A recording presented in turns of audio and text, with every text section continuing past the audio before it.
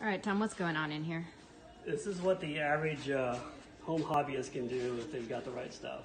Before you point out what the right stuff is, why are you doing what you're about to do? I'm working on this engine, and the push rod holes are the wrong diameter for my oversized push rods. And hopefully there's nobody watching this that's actually done this on a 392, and I'm not actually going to mess it up, I hope. But Just don't even tell us if that's the case. I'm going to enlarge these holes by basically one drill bit size to get enough room. And this is my mill, 1940 K&T Model 2H with the vertical head attachment. And so I've got a pilot in here that's the same size as the push rod hole, and you can see right now it's on a vertical, but these holes are angled. So this thing will pivot over and you can get the angle you need. But you can see now the trouble is I don't have enough travel between here and there.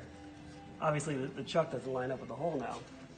But this machine, besides having this wonderful attachment, also has the capability of extending it out with a drive shaft that deploys from inside this tube.